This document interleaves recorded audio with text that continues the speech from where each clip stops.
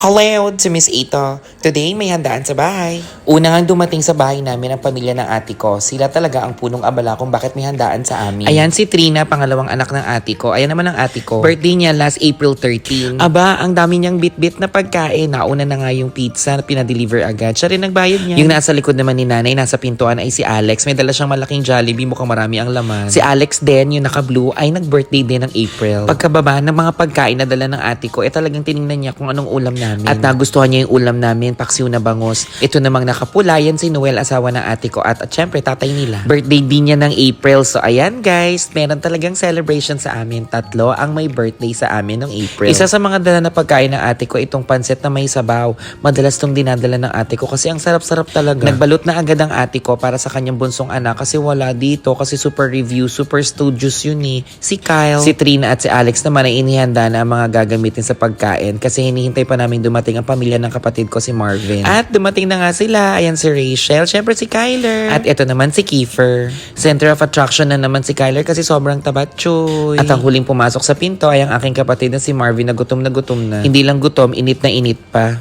At ito ang aking pamilya, wala lang nga lang si Kyle. 2 weeks ago, talagang gusto na magpakain ng ate ko pero ang gusto niya sabay-sabay na lahat. May pizza, may chicken, may pansit. Simulan na natin ang kainan. Kaya din nila gusto ditong kumain kasi para ma-experience nila yung bago kong biling aircon. Habang nagkakainan kami, may bumili ng 10 yelo kay nanay. Tapos si Noel, tinulungan niya si nanay magbuhat kasi mabigat nga yun eh. Good job, Noel! Sa totoo lang, kaya ako bumili ng split type na aircon para mas masarap tumambay.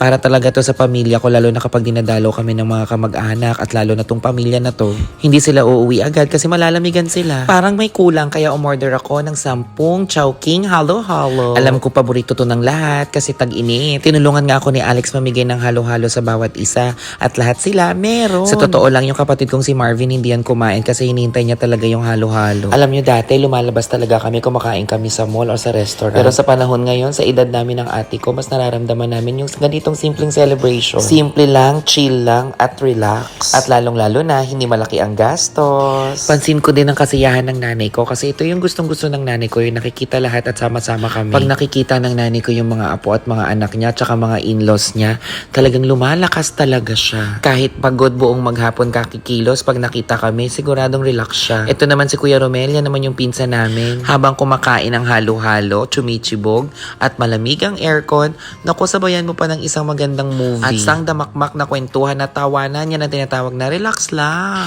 Hindi nga nagtagal, nag-uwian na nga sila. Pero ang buong maghapon na ito ay ang saya at buno ng pagmamahal galing sa aming pamilya. Ingat kayo guys. Hello to Miss Ita.